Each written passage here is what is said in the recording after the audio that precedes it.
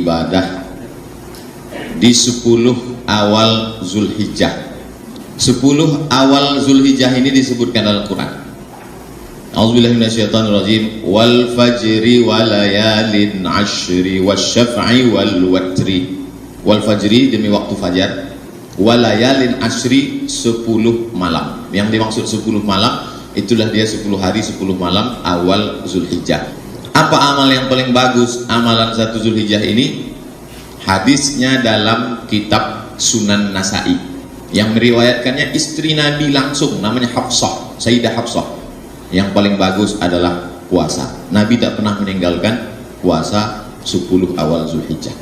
Tapi Pak Ustadz, ada Ustadz yang ceramah itu katanya puasa di 10 awal Zulhijjah itu hadisnya nggak ada. Oh, yang meriwayatkan istri Nabi. Tapi ada hadis lain, riwayat Aisyah. Aisyah mengatakan Nabi nggak puasa. Ini masalah ini. Satu hadis Hafsah mengatakan Nabi puasa. Hadis riwayat Aisyah mengatakan Nabi tidak puasa. Itulah makanya jangan baca sendiri, bingung sendiri. Berguru ke Google ya bingung. Maka baca keterangan Imam Nawawi. Kata Imam Nawawi, yang dimaksud Aisyah, Sayyidah Aisyah, Nabi nggak puasa kalau sedang musafir. Musafir tak puasa, karena tak baik sedang musafir itu kita puasa. Nah, bagi yang tak bisa puasa, waktu saya cerita puasa sunat, meleleh air mata bapak itu menangis. Bapak nangis kenapa? Buah pinggang saya sudah dicabut 1 Pak Ustadz di Malaka. Kata dokter di Malaka tak boleh puasa karena buah pinggang sudah tercabut. Yang sakit mah akut itu pun tak bisa puasa. Yang sakit gula darah akut tak bisa puasa. Sikit-sikit suntik, sikit-sikit suntik. Asal tak bawa jarum suntik, pucat muka. Maka jangan lagi puasa, banyak sholat sunat. Pagi sebelum berangkat sholat duha. Sholat duha kan jam 9 Pak Ustaz. Jam 9 itu afdalnya. Mudah cara ngukur duha. Maghrib Pekanbaru sekarang 6.30. Maka 6.30 pagi sudah bisa duha. Jadi sebelum berangkat kemari duha dulu. Saya tadi sebelum berangkat kemari duha. Usolli sunnatat duha raka'atain lillahi ta'ala. Allahu Akbar. Ayatnya wa duha. Tak hafal wa duha kulhu. Kulhu pun tak hafal, kau masuk Islam kapan? Jangan sepelekan mu'alaf. Mu'alaf itu dosanya tak ada, bersih. Lalu kemudian sholat sunat witir. Sebelum tidur malam usahakan witir supaya kita sebelum tidur itu bersih. Dulu mak-mak kita kan ngasih tahu kalau sebelum tidur cuci tangan, cuci kaki. Mak-mak zaman sekarang mesti lebih hebat. Nah, kalau sebelum tidur wudhu dulu. Mak-mak dulu tak ngaji, cuci tangan, cuci kaki, makan obat cacing. Mestinya wudhu dulu, habis wudhu sholat witir. Nanti bangun malam tahajud saja, tak usah witir lagi, karena tak boleh 2 kali witir dalam semalam. Sholat sunat hajat, sholat sunat tasbih, sholat sunat mutlak, sholat sunat qobliyah, sholat sunat ba'diyah, sholat sunat istikharah, sholat sunat tasbih. Inilah masanya dibanyak-banyak kan. Saya Pak Ustadz puasa tak bisa, usus sakit. Oke, bisa sholat sunat. Sholat sunat pun tak bisa, lutut pula sakit. Jadi kalau gitu apa? Banyak baca Quran. Baca Quran pun tak bisa Pak Ustadz. Asal dibuka Quran meleleh air mata. Yang keempat, zikir.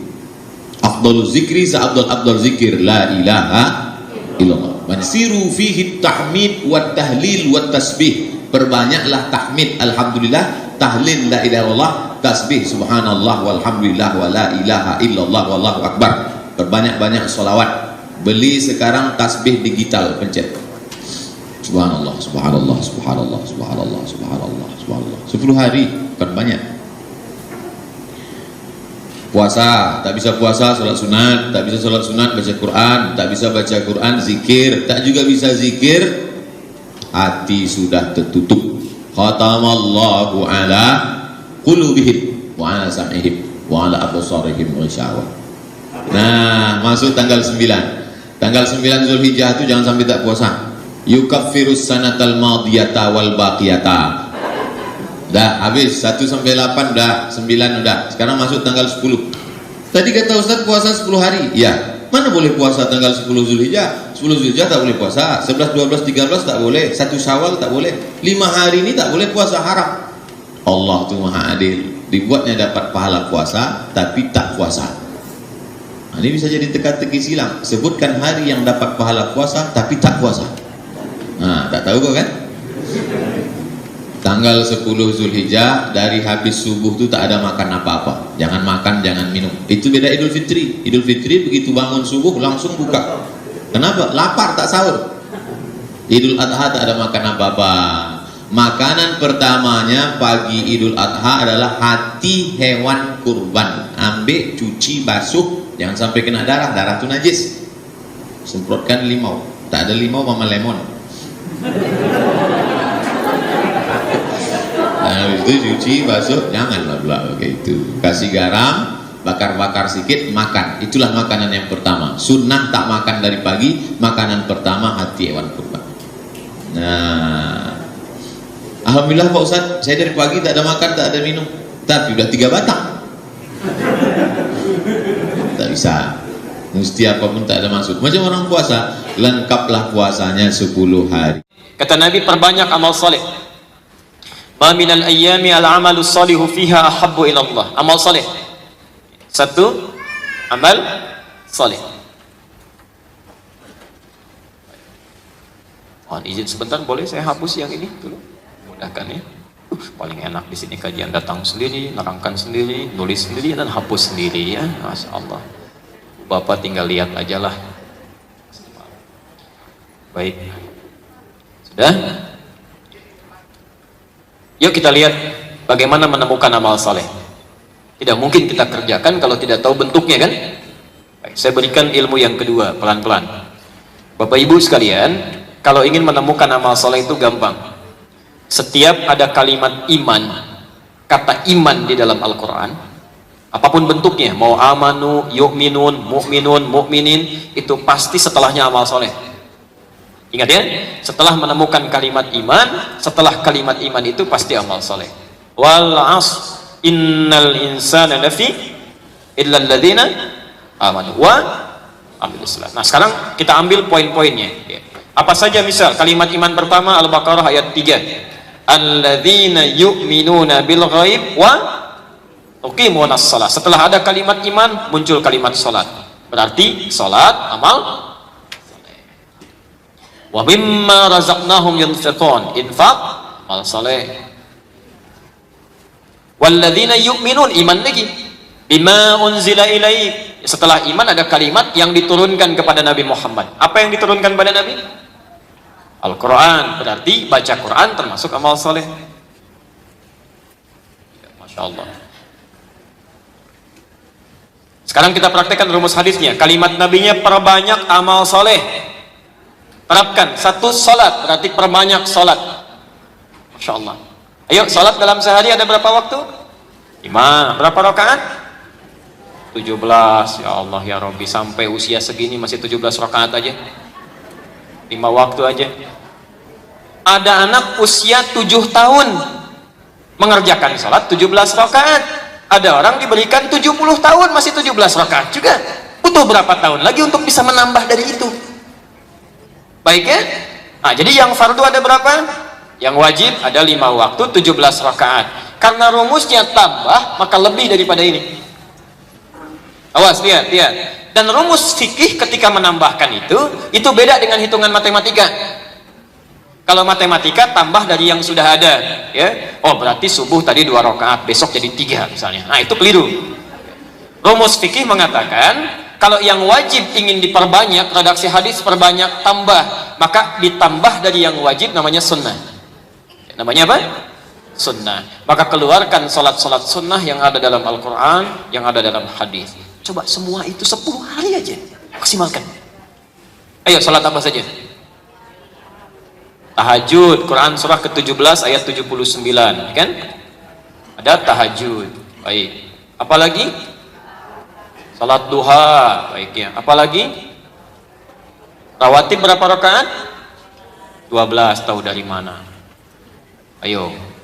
12 saja kan, jangan-jangan nggak pernah disebutkan ya. At-Tirmidzi nomor hadis 414 ada 12 rakaat rawatib dari Ummu Habibah ya. 2 rakaat sebelum subuh, 4 rakaat sebelum zuhur, 2 rakaat setelah zuhur, 8, 2 rakaat setelah maghrib, 10, 2 rakaat setelah isya, 12 ya. Kata Nabi, awas hati-hati, bunya lahu bihinna baitun fil jannah. Orang yang konsisten selama hidupnya menunaikan sholat sunnah 2 rakaat itu, 12 rakaat itu, maaf, akan dibangunkan baginya satu rumah di surga. Tidak cukup dengan amin, amalkan dulu, ya. Amin-amin nggak dikerjakan nggak akan dapat. Ya, ayo coba keluarkan, ya. Ayo yang sudah kelewatan nih, ya. Yang kelewat, ayo maksimalkan. Tadi malam nggak tahajud, berarti besok saya harus bangun. Ya kan? Kemarin misalnya belum menunaikan rawatib kurang, sekarang maksimalkan. Ya, maksimalkan, tambah. Dan ingat rumusnya, setiap Anda selesai menunaikan amalan ini, bertobat, istighfar, ingat dosa, kerjain lagi amal saleh. Jelas sampai sini? Alhamdulillah. Pelan. Alhamdulillah. Baca Al-Quran, amal saleh. Kemarin baca berapa ayat? Sekarang mau baca berapa ayat? Tuh ya, kalau tidak direncanakan nggak akan tertata amalannya. Direncanakan. Sekarang misalnya 10 ayat, besok 20 ayat, besoknya lagi 30 ayat. Maksimalkan. Kalau tidak pernah direncanakan nggak akan diamalkan dan tidak akan tertata. Biasanya orang-orang yang tidak merencanakan amalan, mohon maaf, itu tidak akan konsisten. Kalau pengen baca, kalau tidak ya tidak, gitu kan? Makanya rumusnya nanti dalam Al-Quran dan hadis Nabi, rencanakan setiap amalan. Maksimalkan. Maaf, pelan-pelan ya, pelan-pelan. Kalau dari semua amal soleh ini ingin kita kerjakan, misal ya, dan caranya mudah tapi semua dapat. Manusia kan umumnya ingin begitu ya, gampang caranya, dapat semuanya gitu ya. Kira-kira ada tidak amal soleh yang ditunjukkan oleh Al-Quran dan hadis yang kalau dikerjakan itu semua, yang lain bisa ikut? Abu Daud. Teruskan hadisnya. Di 4.800 hadis itu, nomor hadis 2.452 yang menyampaikan istri-istrinya Nabi sallallahu alaihi wasallam. Kita bacakan hadisnya. An ba'dhi azwajin Nabi sallallahu alaihi wasallam, dari sementara istri-istri Nabi sallallahu alaihi wasallam, mereka menyampaikan, lihat rumusnya, kana Rasulullah sallallahu alaihi wasallam yasumu tis'an min Dzulhijjah. Adalah Rasulullah sallallahu alaihi wasallam seringkali memperbanyak puasa di 9 hari pertama bulan Dzulhijjah. Silahkan perbanyak tanggal 1 sampai tanggal 9 ya. Yang kemarin tidak puasa, alhamdulillah kalau hari ini bisa puasa. Hari ini tidak, besok puasa. Perbanyak. Jadi amal pertama kata Nabi apa? Puasa itu ternyata rumusnya dalam fikih, saat dikerjakan bisa merangkul amalan yang lain. Itu kehebatannya. Bapak ibu tidak puasa, misal, jangankan ketinggalan sholat sunnah, tertinggal sholat fardu, perasaan biasa-biasa. Tapi kalau Anda sedang puasa, jangankan sholat fardu, ketinggalan sholat sunnah, itu hati bisa gelisah. Terlambat saya, terlambat tuh. Padahal yang pokok belum dikerjakan. Anda tidak puasa, belum tentu baca Quran, tapi saat puasa, selalu ingin baca tuh, ada dorongan di hati. Anda tidak puasa, keluar dari sini, di depan ada yang minta, belum tentu Anda kasih. Saat Anda puasa, jangankan yang kelihatan mata, yang tak nampak pun Anda catat tuh. Cek saat Ramadan. Bukankah Anda cari fakir miskin, anak yatim dan sebagainya? Itu hebatnya puasa. Dan yang kedua, puasa itu keistimewaannya bisa menekan maksiat. Umumnya orang kalau sedang puasa nggak mau bermaksiat, minimal takut batal puasanya.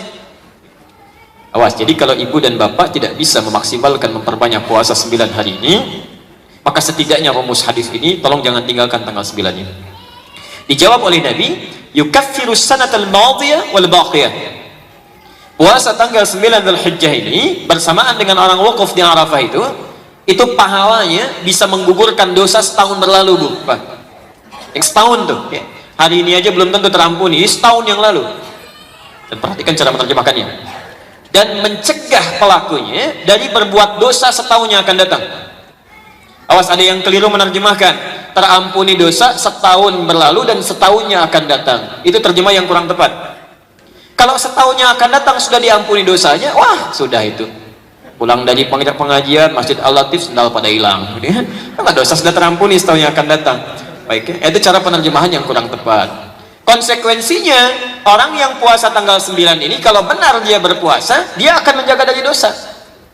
Di pemahamannya, mafhum mukhalafahnya dalam ilmu usul fikih, kalau ada orang puasa Arafah, kemudian setelah itu dia berbuat dosa, itu tandanya puasanya gagal. Harusnya bisa mencegah dia gitu.